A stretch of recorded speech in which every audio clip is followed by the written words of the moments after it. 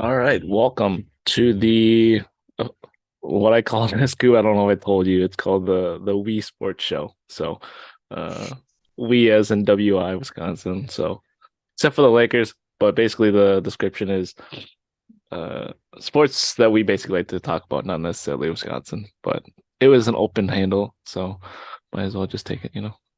I thought it was an interesting name. So I have my co-host with me, Coob.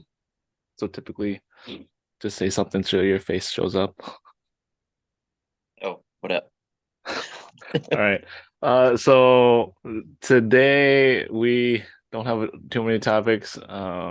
Basically, we just want to be consistent, putting out some episodes and stuff like that. So, I think the only news that I kind of told Coop about were the Lakers. So, um, we can probably have most of that show come up, but I don't know. Was there anything that you wanted to talk about in terms of the Packers? Because, I mean, you have a Packers shirt on and a blanket behind you. I mean, Aaron Rodgers, I don't know what kind of updates you've heard. There was a little No, bit of no. news yesterday, I heard. Was there? No. There's really nothing going on. Not until I'm taking the draft. So nothing new in the Packers world. Yeah, I heard yesterday on Pat McAfee that, what was it? Let me think. Aaron Rodgers was indirectly, I don't know exactly how indirectly he was doing it, but telling the Jets to hold out until after the draft so they can get alignment at number 13. So Mm. I don't know. And then I saw it was yesterday, might have came out a couple days before, but Bakhtiari did an interview on a podcast. I don't know if he was bashing Aaron Rodgers. I think they're pretty close.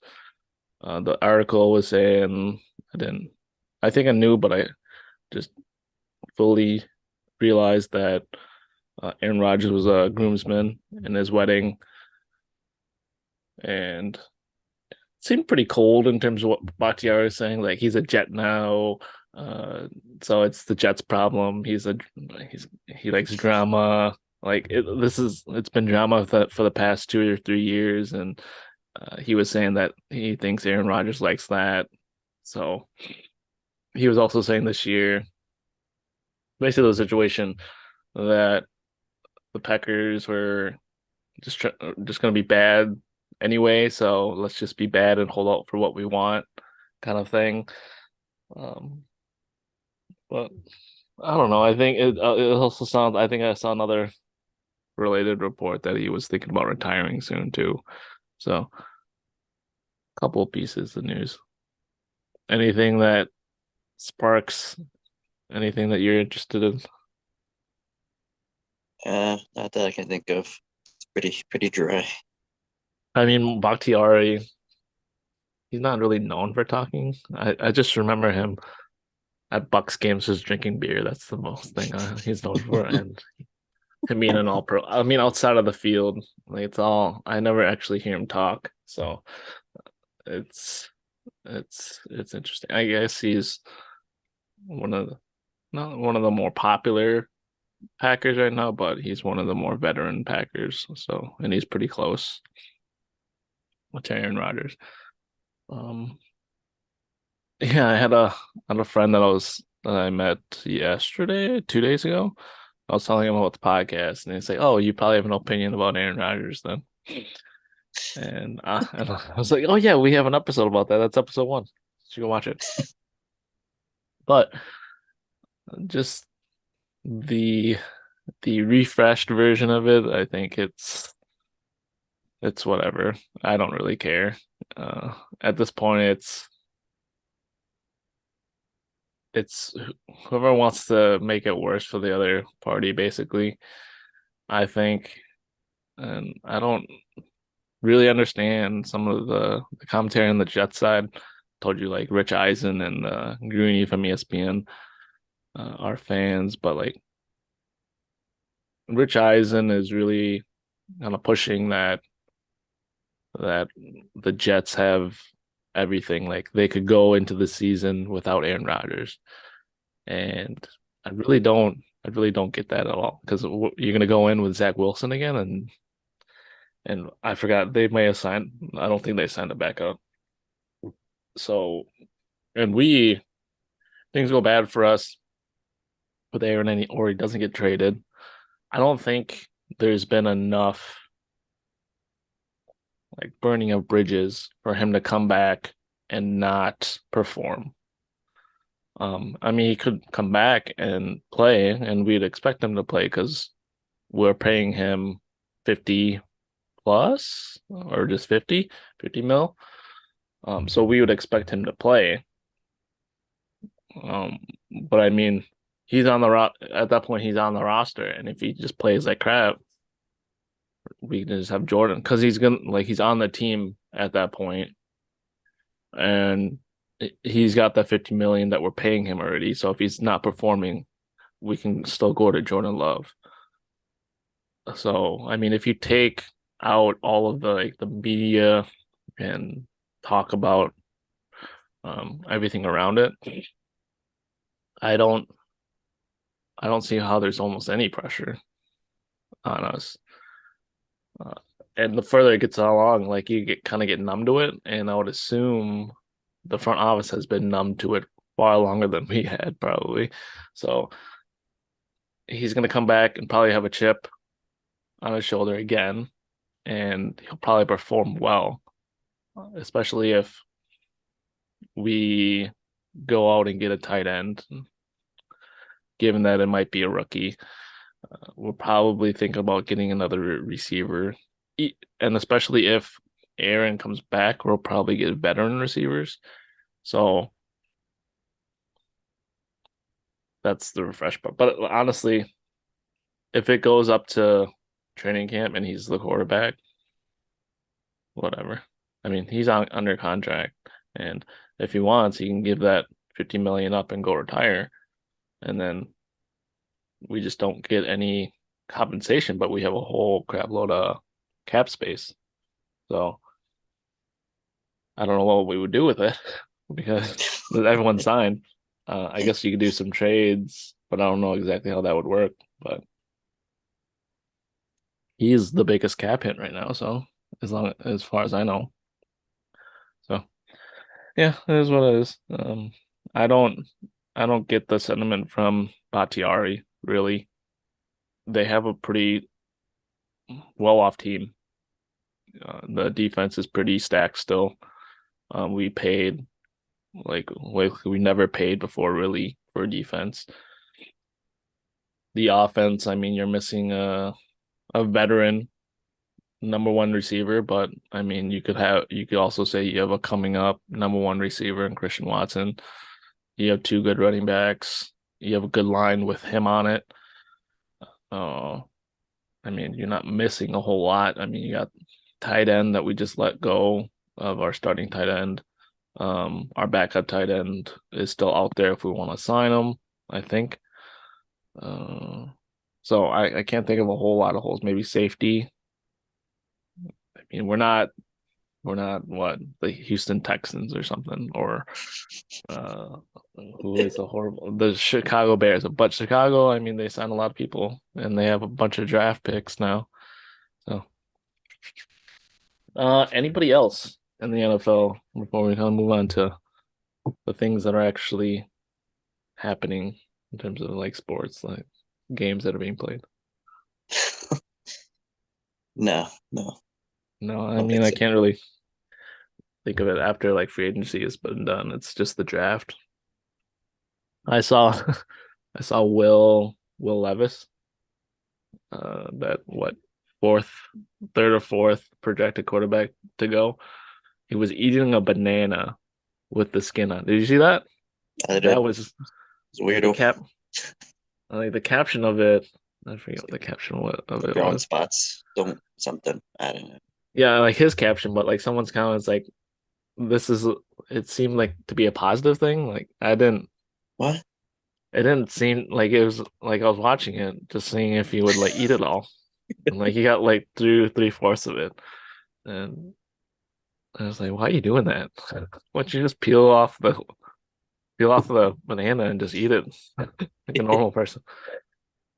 But yeah, I mean, dude's jacked though. He is big. He's Is a. it? You Big didn't think arm so? designer. You didn't think so? Yeah, I thought his Um, arms were huge. I didn't see his like whole physique. I mean, he's supposed to be a very physical quarterback, a physical specimen kind of thing. So I think people are trying to relate him to Josh Allen. mm, So big time arm, but I don't think he's very accurate. Um, but I don't think he played. I think he had an injury, and then people couldn't see him. So he might be accurate. I don't know. But anyway, to the NBA. Let's see. Let me, because my brain is fuzzy. Because I have two kids under two. So if you wanna think of stuff to talk about here. I mean, I have Lakers, but I want to see if there's anything else. Oh yeah, I saw the Bulls beat the Raptors. So Zach LaVine, what he had 32 points in the second half, and they Chicago was down by about 18. Um, DeMar's daughter was in the audience yelling apparently. And the Raptors went 18 for 36. I feel like I'm assuming she's gonna come to multiple games. She's probably gonna go to the next game, but there's gotta be something that I don't know. I feel like that's a little cheap. It's just I so, haven't heard her like the clip or anything, but I'm assuming it's like a squeal every time they like release the ball or something. yeah, it is. It's pretty annoying. So So I would probably jump to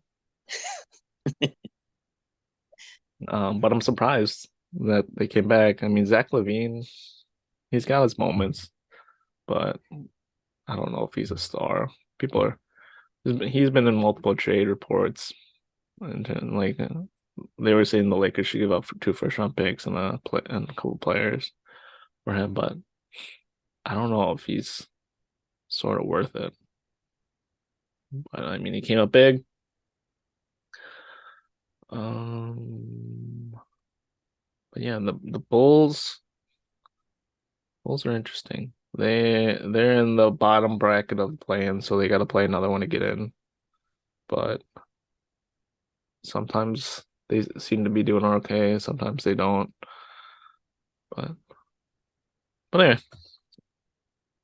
scrolling through.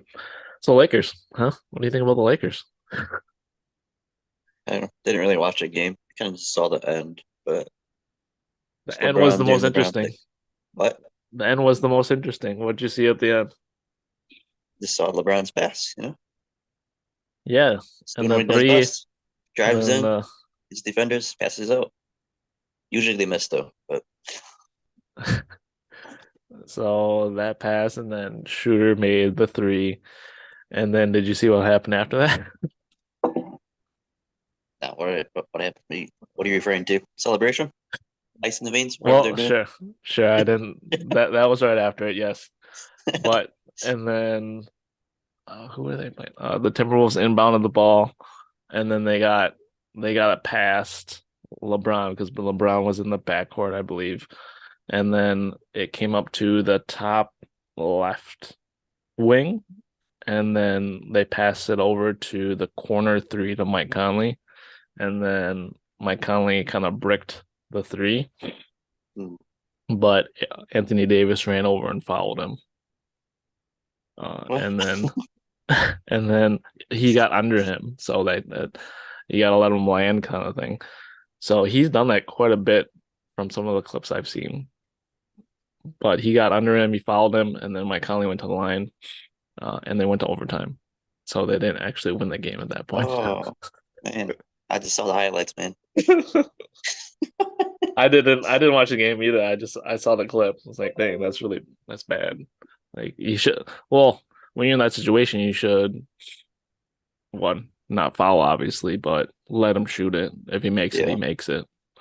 Uh, because if you put it on the line, you're just giving him freebies, which is kind of difficult. You got to be a pretty under control player, under pressure player to make all three. But Mike Conley's pretty old and he doesn't really care anymore. I don't think. Uh, I mean, he's still there to try to win, but uh, but yeah, I guess. Are you surprised that they even made it to seven in the standings? I think last we talked they were 13th. Um, yes and no. It's like what you said last time. It's like the West, the bottom portion was pretty close race.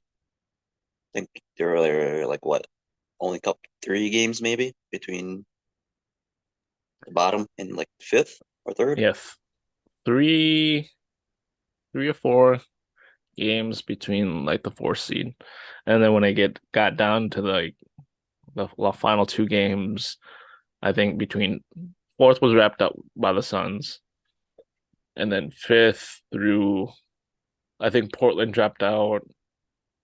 Basically everyone that was the playing up. So what's that? The 11th seed, 11th seed to the fifth seed were probably separated by 2 or 3 games. But if you take out those bottom two, I think it was what's if you take out the bottom two, it'd be the ninth seed. So fifth through 5 through 9, I think we're separated by like a game. So Mhm. everyone was trying to play at the end, basically. So I mean, it made it interesting. But not surprised. But Not I mean, surprised. I said yes and no. But Yeah. I don't know. Are you surprised? Or were you expecting them to make it in? Being a fan? I know. I mean, I was pushing. That was my hope. But was seeing the chart. It was pretty miraculous. Like them starting 2-10 at the beginning of the year, and it actually, I don't know if it was ever done or like a matter of 50 years or something like that, where someone started uh 2-10 and then ended up with a winning record. So I think LeBron is gonna get a whole bunch of credit for it, but really he was out half the games.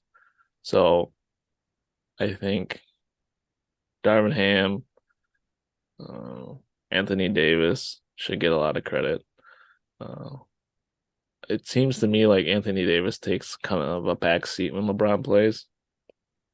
It's always about, uh, I don't know, like it always seems to be LeBron saying, "Oh, this is Anthony Davis's turn," or it's up for him to take the reins now. But I always see him just taking a whole bunch of shots, like just still trying to be his 2012 form from Miami or something like that, or 2012. I don't know where he was, Cleveland maybe. So I don't see him like taking that back seat really. So unless 30 points just kind of comes out of just backdoor cuts, but they're not. So uh, it seems to me like Anthony Davis is more effective when he's not when LeBron isn't playing. But it it seems to maybe it's LeBron taking more of the scoring load when he comes back, and then like Anthony Davis takes up some of the other load in terms of rebounds and stuff like that. I think I saw 1 or 2 clips about they throwing the ball into Anthony Davis and he just kind of overpowers like Cat for a layup and one something like that. But they haven't looked good in the last few games. Uh, so I mean they struggled to beat Utah with Utah playing nobody. Everyone was sitting. It was a struggle to beat the Timberwolves with Rudy Gobert being suspended for doing an idiot thing, punching his teammate. Um, what else happened? Oh yeah, the Jalen McDaniels punching a wall and breaking his hand. So their best perimeter defender that would guard LeBron was out. So and then what Anthony Edwards was like 3 of like 18 or something like that. So he wasn't playing well. I think Cat was the only one really playing really well. So nothing was really going right for the Timberwolves, but still, the Lakers had to beat them in overtime to get the win. And LeBron played 48 minutes, 30 points. Basically, some people, I didn't see the game, like I told you. So some of the media people were noticing the final stretch of the game. Basically, the old Lakers were playing. So everyone that they traded for was on the bench. Well, so D'Lo was on the bench. Malik Beasley was on the bench. Um, then Vando was on the bench. So I think it was Schroeder, LeBron, AD, Reeves was probably out there, and then maybe Troy Brown Jr. or something like that. But they were just joking, like it looked like the 2-10 Lakers again. Well, they still beat them. So I mean, I think I would be more confident if they kind of beat the brakes off of these last 3 games, but because a lot of people were saying they could potentially win the West, but seeing how they played these past few games, I mean, they get a few days of rest, which is good, and the 48 minutes that LeBron played were probably a lot. But they play Memphis. I mean, Memphis is up and down. I mean, people have been saying that no one can guard Morant, but I mean, we have Shooter, so I mean, Shooter's speedy defender, so I think that's actually a decent matchup. D'Lo can't obviously defend him, but what else do we have? Reeves, I would assume could at least put a body on him. I think he's got a little bit more height than Morant. I think Reeves is 6'5". Uh, and I think they signed like this G League guard, Shaquille Harrison. He's a known defender. I don't know if he'll play, but if Morant goes off, which I don't think that's gonna be a problem if he does go off. Uh, because I think it's kind of like a KD situation, kind of let him score as he does, because and then everyone else won't score. Because I think they actually have a I don't know if this is true. I think it was true last year, but they actually have a better record when Moran is out, just because it's just I think a more free flowing offense. It's kind of I don't want to compare him to Giannis, but when Giannis is out, like they have a little bit more free flowing half court because I think Giannis and Moran are some similar where they can just kind of run through a brick wall and then you're trying to dunk every time. And they're not shooters. So but just to be clear, Giannis is obviously in a different league on his own. He was saying, I guess that was a good segue, but Giannis was saying uh, he had a little bit of news, I guess, where he was saying the past 5 years he was the MVP, and I believe that. I don't know about five. Has it been 5 years since the championship? No, they won in Um, 2021 or 20? I don't know. that was after the bubble year, right? Or was that the 21. bubble? It's Okay, 21. so 21 season. 21. So yeah, and I think he had the MVP before the two MVPs before that. He wasn't the MVP Yeah. that year. Yeah. So yeah, he's probably right. And MVP is just it's such a there's too many things that go into it. It's just like you got to be this thing, you got to be that thing. You have to have all the stats. You have to have the best team, which actually Giannis actually has the better stats. He's on the best team. Yeah. So it's and then how do you measure it? Like I don't believe I mean I think Joel was gonna win it, but I think if you compare the actual kind of tangible things like the stats that are written down, it's it's really a toss up between Jokic and Giannis. But I mean, it's almost so close because Jokic is so good on the offensive end that he's probably clearly beaten Giannis on that side.